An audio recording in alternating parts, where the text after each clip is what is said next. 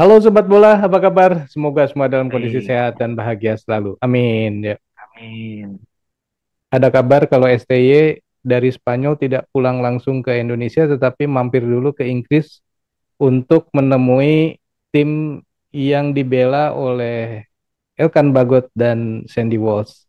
Bro Ipung, Betul. gimana kabarnya nih? Ya memang kabarnya sih justru di sela-sela TC ya. Mhm, Di sela-sela TC, STY kemudian berangkat menuju ke Inggris yang mhm, didampingi oleh salah seorang asistennya. mhm, Nah, tentu kunjungan pertamanya tujuannya dari STY melihat pertandingan dari Elkan Bagot dulu. mhm, Dia ingin melihat sejauh mana perkembangan Elkan Bagot di Gillingham. mhm, Sekaligus dia juga punya agenda setelah melihat pertandingan tersebut. STY kemudian menjumpai para petinggi dari Gillingham untuk mulai menanyakan mengenai kemungkinan Elkan bisa bergabung dengan tim Indonesia di Piala AFF nanti gitu, mhm, Bro. mhm. Dan hasilnya? Nah, ini hasilnya justru menarik, Bro. Hmm, Karena ternyata kasusnya Elkan Bagot ini kan kepemilikan sebetulnya ya, dalam mhm, tanda kutip. Kepemilikan Elkan ini sebetulnya ada di Ipswich Town ya. mhm, Sementara status Elkan sendiri di Gillingham ini sebagai pemain pinjaman. mhm, Dan ternyata Gillingham sendiri belum memberikan jawaban karena dia harus berdiskusi dulu dengan Ipswich Town gitu loh. mhm, Nah, kalau misalkan eh, dua klub ini sudah menyatakan oke lah kita berikan kesempatan, mhm. itu pun sepertinya Elkan tidak akan bisa bergabung pada saat TC di Bali Ya. gitu. Mhm. Karena di saat yang bersamaan, Elkan masih dihadapkan oleh pertandingan-pertandingan yang juga penting gitu loh. Ya. Bahkan Mm-mm. kalau tidak salah sampai tanggal 29 Desember ya, jadi 20 sekian sampai 26 kalau tidak salah dan 29 Desember, ya kan seharusnya masih berlaga kan. Iya, karena Ya. Elkan di Gillingham ini kan sebagai starter, bro. Iya.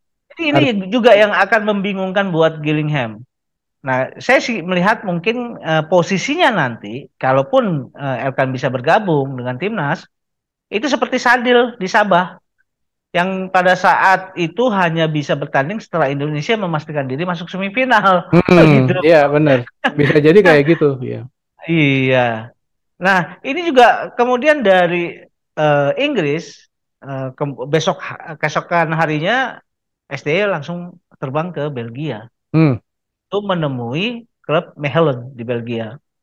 Nah, sepertinya Mechelen juga dalam tanda kutip nih masih mikir-mikir gitu loh untuk memberikan kesempatan buat Sandy Walsh bisa ke timnas Hmm. karena Mechelen sendiri juga masih menghadapi kompetisi yang masih berjalan gitu loh. Hmm. Antara Sandy Walsh juga sebagai pemain starter di klub Mechelen. Hmm. Nah, tinggal bagaimana lobby-lobby yang dilakukan oleh STY, apakah ini bisa menghasilkan sesuatu yang positif dengan bisa memboyong Sandy Walsh nanti ke TC atau paling tidak minimal dia bisa bertanding lah gitu loh. Hmm. Nah, ini yang masih kita tunggu, Bro. Saya kadang-kadang jadi suka mikirnya Hmm. kenapa sih AFF ini dibikin di laganya ini di jadwal yang tidak semestinya kalau saya bilang. Ini ada sengaja apa gimana ya? Kalau sengaja ya berarti ini sengaja biar pemain-pemain abroad nggak bisa main. Atau kan tapi kan kalau pemain abroad ya berarti kan semua ya semua negara Iya, yang iya, terkena. Tapi lucu aja betul. sih sebenarnya. Jadinya kan ya tidak bisa menampilkan kekuatan yang sesungguhnya dari setiap tim. Ada komentar, Iya, Bro? ya kemungkinan gini ya bro. Ini kan AFF sendiri kalau menggelar kompetisi di lingkungan sendiri nih, Mhm. lingkup ASEAN, itu kan memang tidak menjadi masuk dalam agenda resminya FIFA, katakanlah seperti itu ya. Sedangkan FIFA sendiri punya agenda untuk melakukan tiap negara untuk melakukan pertandingan laga persahabatan yang sifatnya resmi yang menjadi kalendernya FIFA itu di tengah-tengah kompetisi. Dan biasanya batasan waktu yang diberikan oleh FIFA untuk setiap negara melakukan laga uji coba itu 2 minggu. Nah sebetulnya 2 minggu ini cukup loh untuk melakukan katakanlah ya AFF eh, ini ya mengajukan jadwal sesuai dengan jadwal FIFA yang dilakukan oleh FIFA 2 minggu itu dipakai untuk menggelar AFF gitu loh. Cuma masalahnya AFC juga kan punya kepentingan gitu loh untuk menggelar yang namanya laga-laga resmi gitu loh. Laga-laga resmi yang sesuai dengan kalender FIFA. Akhirnya karena jadwal yang juga sudah begitu mepet, ya AFF ya curi-curi waktu nih, curi-curi tanggal gitu loh. Yang akibatnya seperti ini. Bahkan pemain-pemain di regional ASEAN sendiri kan juga banyak juga yang sudah mulai bermain sebagai pemain-pemain abroad di negara-negara lain Hmm. yang pastinya juga akan keberatan kalau pemainnya diambil pada saat mereka membutuhkan dan ini bukan kalender FIFA resmi Ya gitu itu bro. makanya saya pikir ini apakah karena memang udah mepet, udah pasrah sehingga akhirnya mau tidak mau diselenggarakan di tanggal tersebut, atau memang ya udah di tanggal ini aja deh, soal nanti pemain abroadnya bisa main atau enggak Yang bebas penting lah, terselenggara terserah gitu gitu ya. ya, terserah lu deh gitu ya, penting AFF bikin acara gitu kan, bisa aja kayak gitu. Iya, seperti ya begitulah. Ya kayak contoh gini. Kan tadi kita melihat bahwa itu ada Elkan, ada Sandy Walsh yang Mhm, memang notabene mereka bukan pemain pure yang hasil pembinaan kita ya, pembinaan mhm, mhm. tim nasional kita. Egy aja sampai sekarang juga belum memberikan jawaban. Ya, Nah, padahal ya karena kita tahu Egy kan bermain di Slovakia nih. ya, Witan juga bermain di Slovakia. ya, Menurut Direktur Teknik, sudah ada informasi bahwa mungkin Witan sudah melakukan ini ya semacam komunikasi konfirmasi. dengan pihak klub, dengan pihak klub mengenai kemungkinan dia dipanggil. Dan pihak klub juga sepertinya memberikan lampu hijau. Akhirnya Witan sudah memberikan jawaban positif bahwa dia Mhm, akan berlaga di AFF. mhm, Sedangkan Egy sampai sekarang belum memberikan jawaban, bro. mhm. Gitu. Ya, ya, Jadi ini ya, kan sekali lagi ya terbentur lagi dengan masalah jadwal gitu. ya, ya. Ya oke, kalau misalnya kompak semua negara nggak ada abroadnya nggak ada masalah sih kalau menurut saya. Cuman kan masalahnya ini nggak semua begitu gitu kan. Iya Oke, betul. nah itu Indonesia ya, untuk Mm-mm. pemainnya. Siapa lagi yang sudah confirm dari abroad? Eh, Kalau Asnawi yang lain sama setahu Arhan uh, kayaknya udah ya, udah oke udah. ya. Karena Jadi memang ya sudah memang tidak yang ada laga. ditunggu tinggal itu aja ya. Sandy Walsh, Elkan Bagot dan Egy gitu loh. Jordi, Jordi sama Jordi Amat Sadil bisa. sepertinya bisa karena Liga Malaysia juga kan sudah berhenti gitu Iya. bro. Tapi kan pemain Uh, Malaysia katanya ada yang nggak mau ikut timnas. ini juga ini mengenai kalau kita ngomong sedikit ya sedikit melenceng dengan persiapan di timnasnya Malaysia. Kim Pan-gon kan sebetulnya sudah merilis ya 29 nama yang akan dibawa ke Piala AFF. Mhm. Cuma lucunya dari 29 nama itu satu pun tidak ada pemain yang berasal dari JDT. Ya itu Padahal kan dia. JDT sebagai penguasa liganya Malaysia. Kok yang mestinya pemain-pemainnya pasti pemain-pemain yang punya kualitas, tapi dia tidak ada satupun yang masuk ke dalam daftar yang dirilis oleh Kim Pan-gon gitu. Jadi dari 29 nama itu tidak ada satupun dari JDT. Apakah karena memang Kim Panggon tidak mau memanggil pemain JDT atau pemain JDT yang tidak mau dipanggil? Ah, ini sih berita-berita ya, Hmm. berita-berita yang kita dapat ya, Hmm. bahwa memang dari 12 pemain JDT yang tadinya rencananya mau dipanggil, itu punya alasan yang macam-macam, bro. Hmm. Ada yang alasan karena cedera, ada yang beralasan karena punya kepentingan yang lain, ada Hmm. yang punya alasan ada permasalahan keluarga gitu loh. Hmm. Ya. Sampai-sampai akhirnya seorang petinggi dari ini ya Federasi Sepak Bolanya Malaysia itu menyatakan bahwa ini bahaya kalau misalkan 12 tidak ada pemain dari JDT. Jadi Hmm. jangan kondisi seperti ini kemudian kita memberikan target yang muluk-muluk terhadap Kim Pan-gon gitu loh. Hmm.